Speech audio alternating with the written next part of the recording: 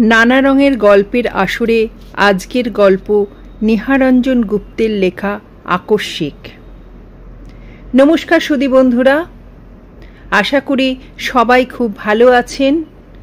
নানা রঙের গল্পের আসরে আপনাদের সবাইকে স্বাগত। নানা রঙের গল্পের আসর থেকে আপনাদের জানাই কুশল মঙ্গল। আজকের গল্প নিহারঞ্জন গুপ্তের লেখা আকস্মিক। কথা হচ্ছিল আমাদের এক বন্ধু বিভূতিকেই নিয়ে। প্রায় 10-12 দিন আমাদের আড্ডায় সে অনুপস্থিত, কোনো খবর পর্যন্ত নেই, অথচ দলের মধ্যে সেই বেশি আড্ডাবাজ।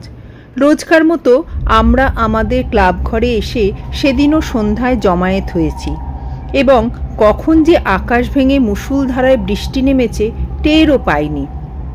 খেয়াল হলো রাত 9:30 নাগাদ। এবারে বাড়ি ফেরা দরকার, কিন্তু দরজা খুলতেই যে দৃশ্য চোখে পড়ল তাতে সঙ্গে সঙ্গে আবার দরজাটা তখনই বন্ধ করে দিতে হলো। ঝমঝম করে তখনও বৃষ্টি ঝরছে এবং বৃষ্টি ছাটের ঘন কুয়াশায় চারিদিক একাকার। সমস্ত গলিটা জলে ডুবে গিয়েছে, ঘরের চৌখাট পর্যন্ত জল থই থই করছে। সঙ্গে কারো একটা ছাতা বা ওয়াটারপ্রুফ কিছু নেই, অথচ বের হওয়ার সঙ্গে সঙ্গেই একেবারে স্নান করে যেতে হবে। তাই সকলে আবার জাঁকিয়ে বসলাম। মহিন বললে, বেরোনোই যখন যাবে না তখন ভূতের গল্প শোনা যাক। সরোজ, বল একটা জমাটি ভূতের গল্প। আমাদের মধ্যে বন্ধু সরোজই সাহিত্যিক।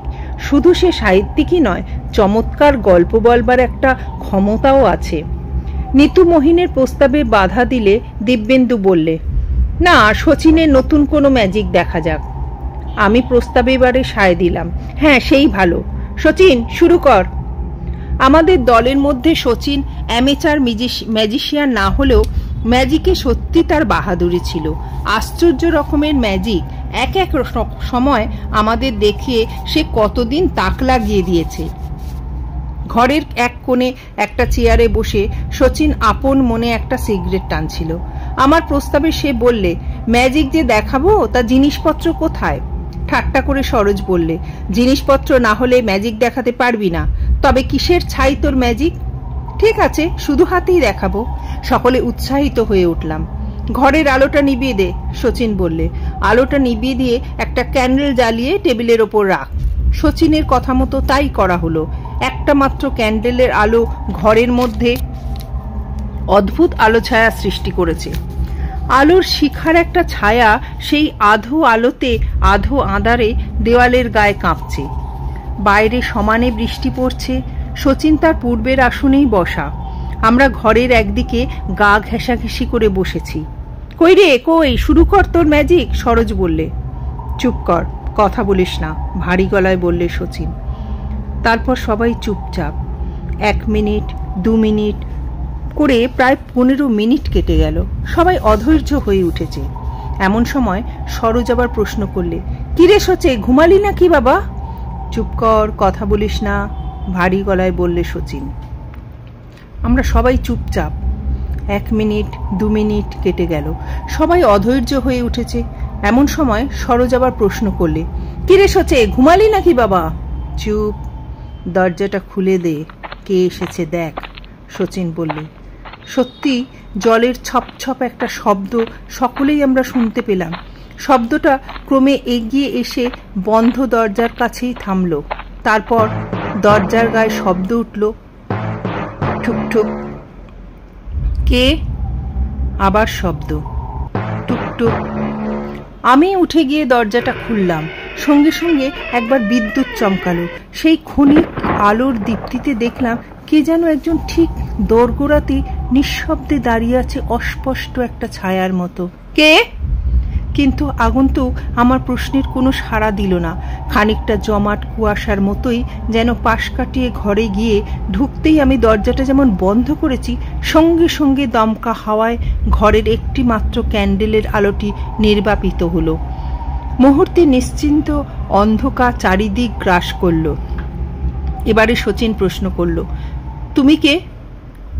আমি বিভূতি। চাপা দীর্ঘশ্বাসের মতো স্বাভাবিক গলায় সাড়া এলো। বিভূতি? কে বিভূতি? বিভূতি চক্রবর্তী। হাত বাড়িয়ে দরজাটা ঠিক কাছেই দেওয়ালে আলোর সুইচটা টিপলাম। খট করে একটা শব্দ হলো মাত্র, কিন্তু ঘরের আলো জ্বলল না।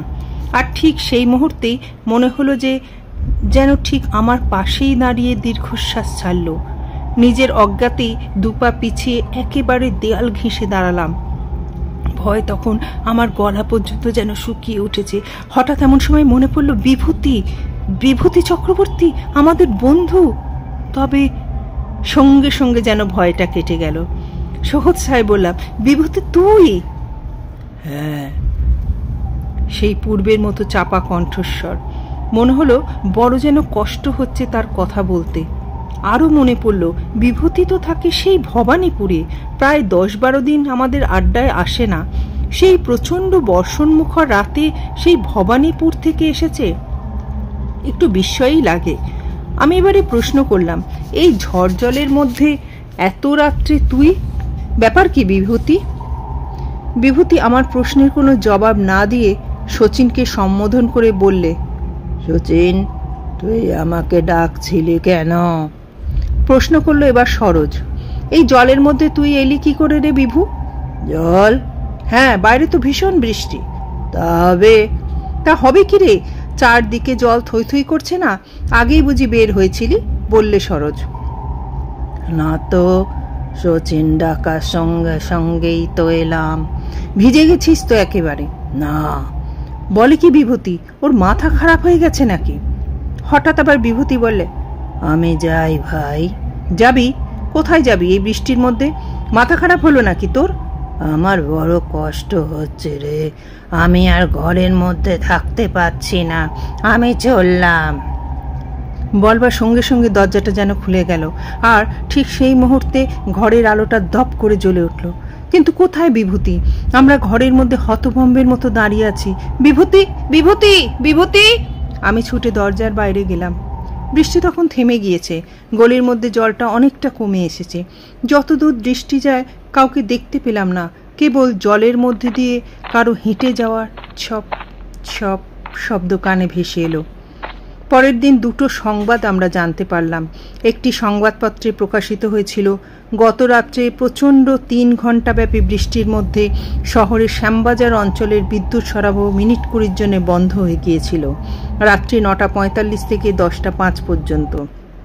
আর একটা, গত রাত্রে দিন কয়েক ভোগবার পর টাইফয়েডে আমাদের বন্ধু বিভূতি চক্রবর্তী রাত 9:30 মারা গিয়েছে। তারপর কত দিন কেটে গিয়েছে, কিন্তু সমস্ত ঘটনাটা আজও অস্পষ্ট হয়ে আছে। তবে স্বীকার করতে পারিনি তেমন ব্যাপারটার মধ্যে শচীনের কোনো ম্যাজিকের কেরামতি আছে, যেমনি এও স্বীকার করে নিতে মন চায়নি যে ব্যাপারটার মধ্যে কোনো কিছু ভৌতিক ব্যাপার আছে। তবে যা ঘটেছিল তা বর্ণে বর্ণে সত্যি। নমস্কার, ধন্যবাদ।